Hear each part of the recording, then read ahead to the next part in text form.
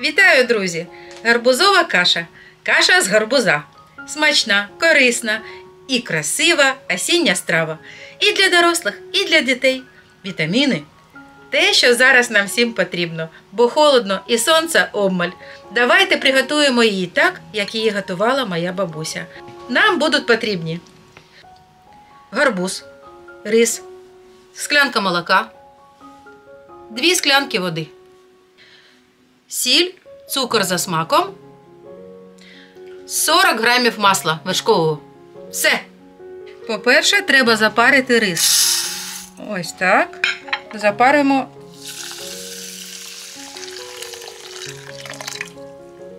І залишаємо.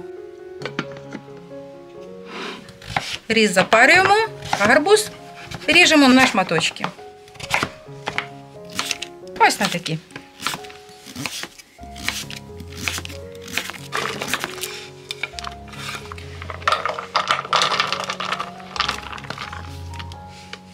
Порізали гарбуз, заливаємо 2 склянками окропу.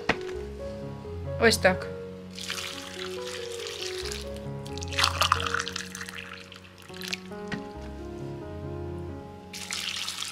Йдемо до плити.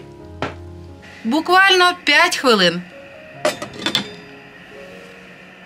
Друзі, закипіло. Додаємо трошечки солі і розмішуємо. 5 хвилин нам треба проварити. Ось, як там наш бурштин. Ну, це дійсно бурштин. Ну, трошечки повільніше зробити огоньок. 5 хвилин пройшло. Додаємо рис. О, як добре запарився, то гарненько. Легенько розмішали. Молоко, скляночку, розмішали. Цукор. Це за смаком, дивіться, який гарбуз. Закриваю кришку і на самий малесенький вогонь. Ще 8 хвилин, нехай воно тушкується. Вже не треба не розмішувати нічого, це я для вас показую, а я її вже не чіпляю. Ось так. Ви не хвилюйтесь, вона не підгорить ніколи. На останні хвилинки я додаю масличко. Ось так.